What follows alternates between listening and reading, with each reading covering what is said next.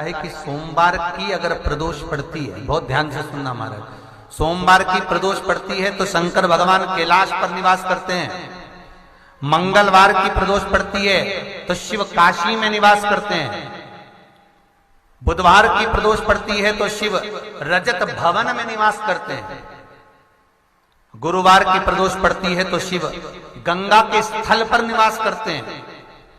शुक्रवार की अगर प्रदोष पड़ती है तो शिव नीलकंठ पर विराजमान होते हैं। शनिवार की अगर प्रदोष पड़ती है तो शिव शमी के वृक्ष के नीचे रहते हैं। और रविवार की जब प्रदोष पड़ती है तो शिव बेलपत्र के पेड़ के नीचे निवास करते हैं। महाराज, ये एकादशी शंकर से कह रही है कि आपका स्थान ये नहीं कि आप कैलाश पर मिले, उस बार को, उस तिथि के दिन, उस अनुकूल।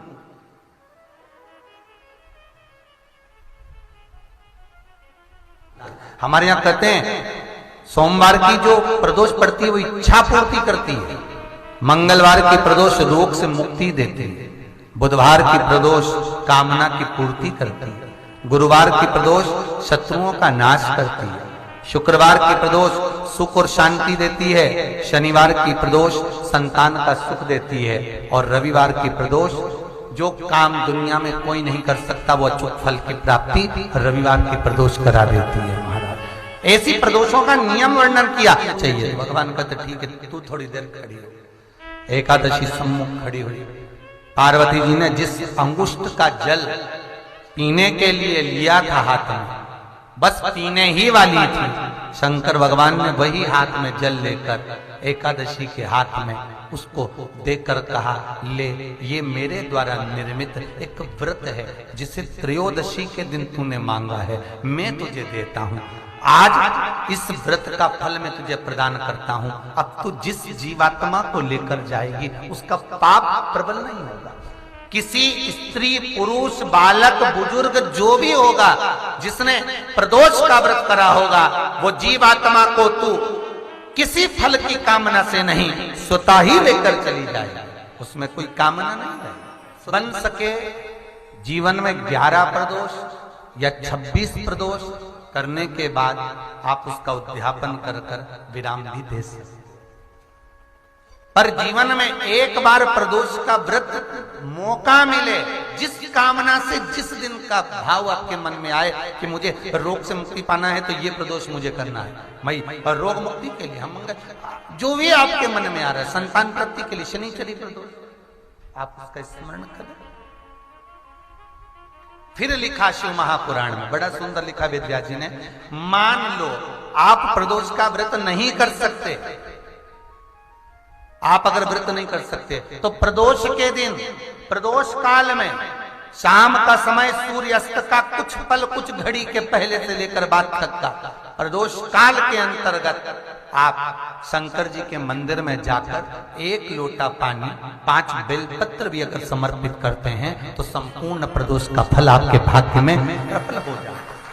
शिव महापुराण में इसका जिस प्रदोष व्रत का हम वर्णन करते हैं, जिस प्रदोष के दिन का आपको बधाई कल हमने दी थी कि प्रदोष की आपको बधाई हो, प्रदोष शाम का जो समय होता है, प्रदोष काल जो होता है, उसका वर्णन जब हम करते हैं, ये प्रदोष की पूजन का विधान किसने बनाया, ये प्रदोष की पूजन का नियम किसने बनाया, ये प्रदोष की संध्या काल का, प्रदोष के समय का पूजन का विधान कौन बनाया, ये प्रदोष के समय पर 1 बेलपत्र चढ़ाने का विधान किसने बनाया, प्रदोष के समय पर 1 समीपत्र चढ़ने का विधान किसने बनाया, प्रदोष के समय पर अगर मान लो कोई भिखारी से भिखारी व्यक्ति भी है जो ठेला चला रहा है, उसके पास में खाने के लिए कुछ नहीं है, फटे कपड़े पहन रहा है, उसकी जिंदगी में कुछ भी नहीं बचा और कर्जे में लदालूम हो गया, एक चावल का दाना अगर वो प्रदोष के दिन, प्रदोष काल में शाम के समय पर शंकर के शिवलिंग पर चढ़ा देता है तो 3 या 4 प्रदोष में उसका कर्जा चूकना प्रारंभ हो जाता है। प्रदोष का विधान,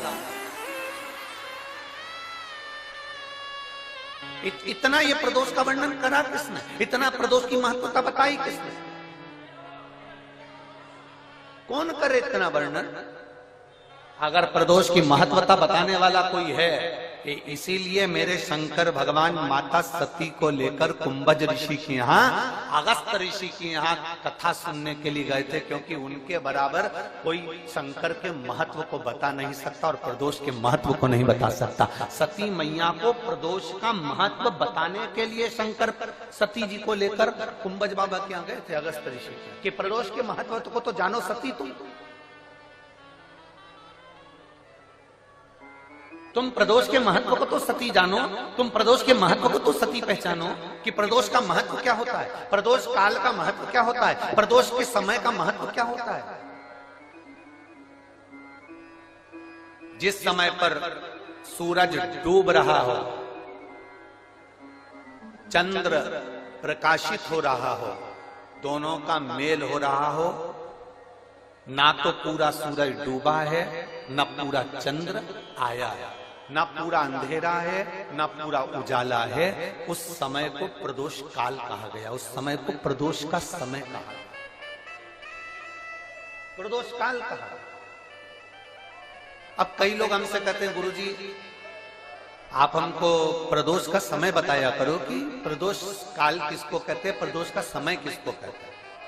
अब एक बात हम आप सबसे कहना चाहते हैं, जितने लोग आस्था चैनल पर सुन रहे हैं, जितने फेसबुक यूट्यूब पर सुन रहे हैं और जितने रेवाड़ी की इस पवित्र धरा पर कथा को सुन रहे हैं, आप सबसे एक बात कहना चाहेंगे, अगर हम समय देखकर बताएं आपको कि शाम को 6 बजे, 6:30 बजे, 6:30 पे लेकर 7:30 के बीच में ये समय है, या 5:30 से लेकर 6:30 तक का ये समय है, या हम तुमको बोल दें कि इतनी बजे ये समय प्रदोष काल का रहेगा या इतनी बजे ये समय रहेगा, तो देखिए कभी कभी ठंड का समय आता है तो दिन जल्दी ढल जाता है, कभी कभी गर्मी का समय रहता है तो दिन बहुत लेट ढलता है।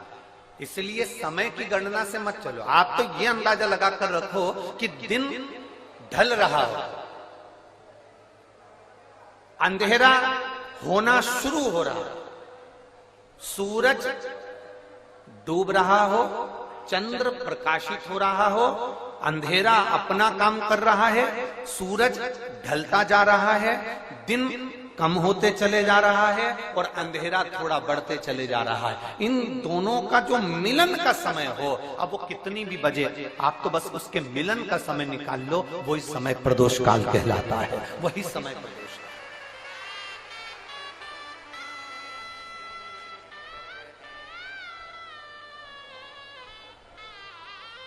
अब प्रदोष काल की पूजन का विधान किसने बनाया, कोई आपसे पूछे तो क्या बताओगे, जम के बोलो जल्दी से, कौन ने बताया था, अगस्त ऋषि। सबसे उससे 1000 गुना शिवलिंग में बल की प्राप्ति होती है।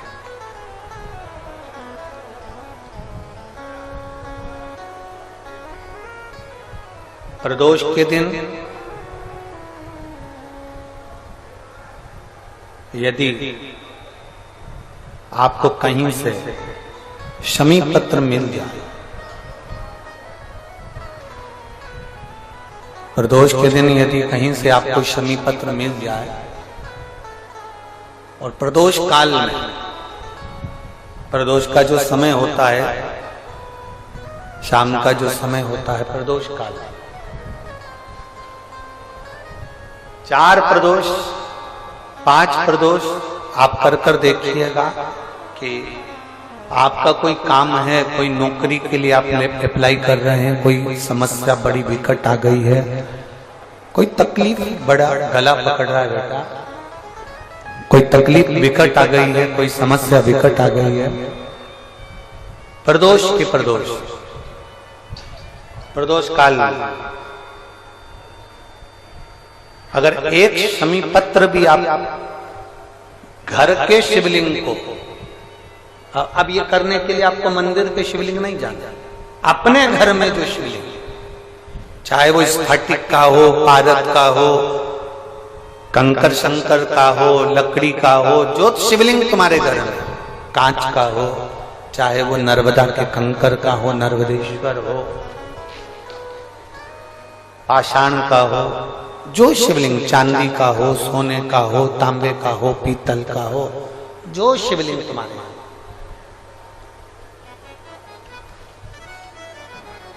एक शमी पत्र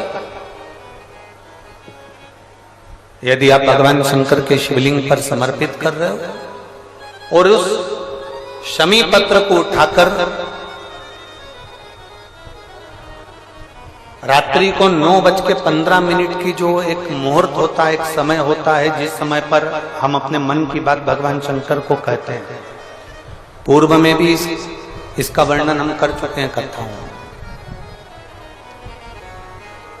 उस 9:15 पर वो शमी पत्र को उठाकर एक कागज में, एक कटोरी में उसको रखते हैं। 4 या 5 प्रदोष के उस शमी पत्र को अपने पास में रखिए और जिस कार्य के लिए जा रहे हो उसको जेब में ऊपर के भाग में उसको रखकर लेकर जाइए। आपका वो कार्य सफल होकर ही रहेगा, वो रुक नहीं सकता। शमी पत्र में इतना बल होता है, प्रदोष का जो शमी पत्र होता है वो बड़ा बलवान होता है, बड़ा एक पत्र है।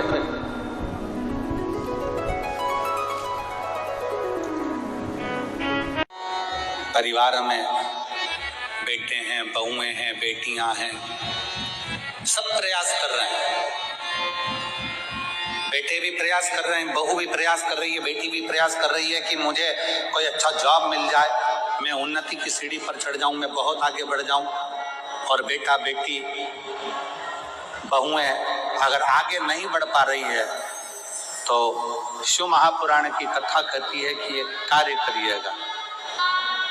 एक बेलपत्र लीजिए और 7 चावल के दाने इस बेलपत्र के मध्य वाली पत्ती पर रख लीजिए। जो बेटा बेटी बहुत प्रयास कर रहे हो, बहुत कंपटीशन एग्जाम दे रहे हो, बहुत मेहनत कर रहे हो और उसके बाद भी बहुओं का, बेटियों का, बेटों का अगर कहीं जॉब नहीं लग रहा और कहीं सिलेक्शन हो ही नहीं रहा और बहुत हार चुके हैं, तब एक बेलपत्र 7 चावल के दाने मध्य पत्ती पर 7 चावल के दाने, एक घिसे हुए चंदन की गोली, पीला चंदन को घिसकर उसकी एक गोली बनाई।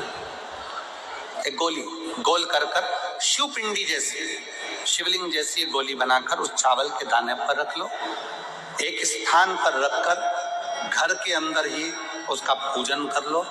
और पूजन करना है वही जो आप घर में सामग्री, आपके रोली, चावल, मोली, हल्दी, उससे पूजन कर दिए से आरती कर ऐसी कैसी ही बेलपत्र अशोक सुंदरी वाली जगह पर, थोड़ा समझिएगा, अशोक सुंदरी वाली जगह मतलब जहां से पानी बह रहा है उस और इस डंडी को रखना और ऐसी कैसी पत्ती अशोक सुंदरी वाली जगह पर रख दीजिए। ये किसी भी प्रदोष के दिन या किसी भी सोमवार की अष्टमी के दिन या किसी भी विशेष शिवरात्रि के दिन आप ये एक बार केवल करना है और अपने मन की कामना कर उसको रखकर बाबा को घी का 2 दिया लगाकर आ जाना है। मेरा भोलेनाथ आपका हाथ पकड़कर आपको कंपटीशन एग्जाम में विजय दिलाएगा। पर मेहनत करना नहीं छोड़ना, परिश्रम करना नहीं छोड़ना, संघर्ष करना मत छोड़ना। अपनी मेहनत को 4 गुना करना है, अपने परिश्रम को 4 गुना करना है, अपने कर्म की लगन को बढ़ाना है। जितने घंटे पढ़ाई करते थे उससे 2 घंटा और बढ़ाओ, जितनी मेहनत करते थे उससे 4 घंटा की मेहनत और बढ़ाओ। और साथ में 7 अक्षत, एक चंदन, पीले चंदन की एक शिवलिंग जैसी आकृति, छोटा सा शिवलिंग जैसा भाग रखकर घर में उसका पूजन कर घी का दिया से आरती लगाकर बाबा की आराधना कर दिल से कामना कर बाबा से वो ले जाकर ऐसे कैसा ही पत्ता अशोक सुंदरी वाली जगह, अशोक कुंज सुंदरी की जगह जानते हो, ये जो जगह है, ये जो जगह दिख रही है, मेरा निवेदन है चैनल वालों से थोड़ा उसको दिखाने का प्रयास करें। ये जो जगह है ये शिवलिंग है, इधर शिवलिंग है और शिवलिंग के साइड में जो जगह होती है जहां से पानी बहता है उसको अशोक सुंदरी की जगह कहते हैं। तो इस स्थान पर इस बेलपत्र को, इस बेलपत्र की डंडी पानी बहते समय, बेलपत्र की डंडी है वो पानी बहने के स्थान पर हो, उसको रख दीजिए। 2 घी के दिए लगाकर और घी के दिए का स्मरण करें। दोनों दिए गोल बत्ती के नहीं होंगे, दोनों दिए लंबी बत्ती के नहीं होंगे। जो दो दिए आप लगाएंगे, एक गोल बत्ती का होगा, एक लंबी बत्ती का होगा। गोल बत्ती क्या बोलते हैं यहाँ पर? फूल बत्ती। यहाँ फूल बत्ती बोलते, तो गोल बत्ती मतलब फूल बत्ती, और लंबी बत्ती लंबी वाली बत्ती। दो दिए लगाना है, एक जगत जननी का, एक बाबा विश्वनाथ का। दोनों दिए आप रखकर बाबा को प्रार्थना कर कर दिल से आइए, मेरा शंकर आपकी कामना पूर्ण करेगा। और पत्र व्यासपीठ पर जरूर आए, अवश्य। जिस दिन तुम्हें लगे कि मैं बहुत दुखी चल रही हूँ और मेरा काम हो ही नहीं रहा, बहुत तकलीफ की जिंदगी चल रही है, कोई हाथ पकड़ने वाला नहीं है, कोई संभालने वाला नहीं है, और बहुत तकलीफ हो है, बहुत तकलीफ। उस समय पर एक बेलपत्री के बीच वाली पत्ती पर पीला चंदन, दूसरी पत्ती पर लाल चंदन, और तीसरी पत्ती पर 11 चावल गीले पानी में उसको थोड़ा सा भिगो लें या धो लें। 11 चावल गीले शिव जी की उस पत्ती पर रखिए। सबसे पहला पीला चंदन का बेलपत्र, दूसरे नंबर पर लाल चंदन का बेलपत्र, तीसरे नंबर पर जो 11 चावल आपने धोकर रखे हैं वो हाथ की हथेली में रखना है। और हाथ की हथेली में रखकर अपनी कामना कर कर भगवान शंकर से विनय कर कर पंचाक्षर मंत्र नमः शिवाय या षडाक्षर मंत्र ओम नमः शिवाय या श्री शिवाय नमस्तुभ्यम बोलकर उस बेलपत्र पर सीधे हाथ में रखकर उल्टे हाथ का स्पर्श कर कर बाबा से अपने मन के भाव कर कर शंकर के शिवलिंग पर उसे समर्पित कर दीजिए। एक ही लोटा जल, जहां से जल बहता है अशोक सुंदरी वाली जगह, एक ही लोटा जल जहां से जल बहता है उस जल बहने वाली जगह पर 3 बार उस जल को अपनी कामना कर कर श्री शिवाय नमस्तुभ्यम या पंचाक्षर मंत्र या षडाक्षर मंत्र बोलकर 3 बार उस स्थान पर गिरा दीजिए। गिराने के बाद में बाबा से विनय कर कर अक्षत वाली जो बेलपत्र है, एक बेलपत्र और एक अक्षत उसमें से अपने लिए लेकर आ जाओ। उसको 2 महीना 3 महीना अपने घर में रखिए। जितना भी दुख है धीरे धीरे बाबा समाप्त कर कर खुशियां घर में लेकर आता ही। श्री शिवाय नमस्तुभ्यम। दोस्तों, हर हर महादेव। 10 फरवरी सोमवार प्रदोष काल। प्रदोष के उपाय महिलाएं चूकना नहीं। अगर आपको हमारा चैनल पसंद आता तो प्लीज़ हमारे चैनल को लाइक एंड सब्सक्राइब करें। हर हर महादेव।